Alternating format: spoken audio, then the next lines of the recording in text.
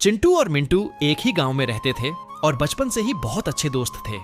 दोनों एक ही स्कूल में पढ़ते, साथ आते जाते, खेलते कूदते। लेकिन एक बात थी जो उन्हें एक दूसरे से अलग बनाती थी, उनकी सोच। चिंटू बहुत ही ईमानदार, सीधा सादा और दूसरों की मदद करने वाला लड़का था।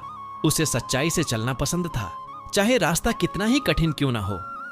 वहीं मिंटू थोड़ा चालाक, चतुर और लालच से भरा हुआ था। वो हमेशा सोचता, जिंदगी में अगर जल्दी कुछ पाना है तो शॉर्टकट ही सबसे अच्छा रास्ता है। एक दिन दोनों स्कूल से लौट रहे थे।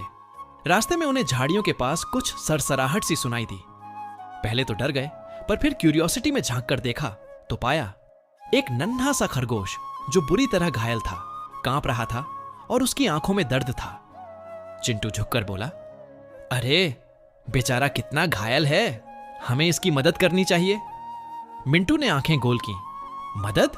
अरे भाई, अगर ये ठीक हो गया तो इसे बेचकर बढ़िया पैसे कमा सकते हैं। पालतू जानवर की कीमत पता है तुझे? चिंटू कुछ नहीं बोला, लेकिन उसकी आंखों में दया साफ झलक रही थी। वो धीरे से नीचे बैठा, खरगोश को अपनी गोद में लिया और कहा, इसका इलाज जरूरी है। इंसानियत पहले है, पैसा बाद में। घर लौटकर चिंटू ने अपनी मां की मदद से खरगोश के घावों पर मरहम लगाया, उसे दूध पिलाया, गर्म कपड़े में लपेटा और अपने कमरे में सुला दिया। मिंटू वहीं बैठा था, पर मन ही मन सोच रहा था कि यह सब बेकार है। रात को जब सब सो चुके थे, तब कुछ अद्भुत हुआ। चिंटू के कमरे में एक तेज चमक हुई। खरगोश की आंखें चमकने लगीं और वो अचानक बोल पड़ा, चिंटू, मैं कोई साधारण खरगोश नहीं हूं। मैं एक जादुई आत्मा हूं जो बच्चों के दिलों की सच्चाई को परखने आती है। चिंटू हैरान था, पर डर नहीं रहा था। तभी खरगोश ने कहा, तुमने मेरी मदद की बिना किसी स्वार्थ के। मैं तुम्हें आशीर्वाद देता हूं। जहां भी जाओगे तुम्हारी मदद अपने आप सामने आ जाएगी। तभी मिंटू भी अंदर आ गया। खरगोश ने उसकी ओर देखा और आवाज गंभीर हो गई, और तुमने मुझे बेचने का सोचा? भले ही मजाक में कहा हो, पर दिल का इरादा साफ नहीं था। मिंटू घबरा गया। मैंने तो यूं ही कहा था। मैं सच में नहीं बेचना चाहता था। लेकिन खरगोश ने बिना कुछ बोले एक झिलमिलाती रेखा मिंटू की ओर भेजी और अचानक मिंटू की आवाज चली गई। वो कुछ भी बोल नहीं पा रहा था। अगले दिन मिंटू गुमसुम था।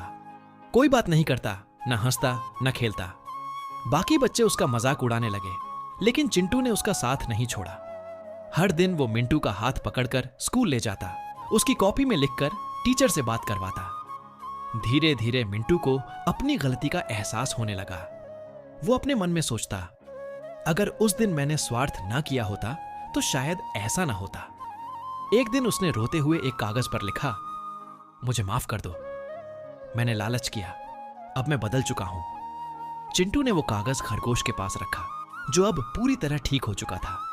रात को फिर वहीं चमक हुई और खरगोश बोला, गलती स्वीकार करना सबसे बड़ा साहस होता है। तुमने अपने दिल की सच्चाई मानी, इसीलिए मैं तुम्हें दूसरा मौका देता हूं। और उसी पल मिंटू की आवाज वापस आ गई। अब मिंटू पहले जैसा नहीं रहा। वो गांव के गरीब बच्चों की किताबें बांटता, बुजुर्गों की मदद करता और छोटे जानवरों के लिए खाना लाता। लोग उसकी तारीफ करने लगे।